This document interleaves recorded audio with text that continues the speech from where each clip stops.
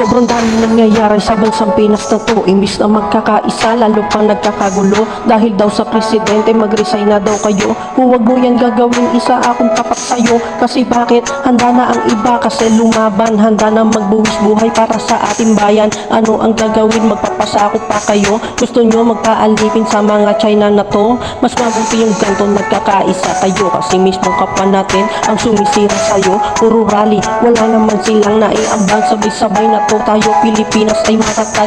Oo, alam naman natin maliit ating bansa. Pag hindi tayo lumaban, mga haras yan nalala. Dahil alam makukuha nila takot ng mga tao. Bakit ka matatakot kung manalo o matalo? Dahil ang mga lalaki solid yan papaslangin. Tapos ang mga babae grabe yan nilang re-rapin. Sobrang liit ang tingin sa atin ng mga incheck. Sobrang liit ng mga mata, kala mo naman nakapikit.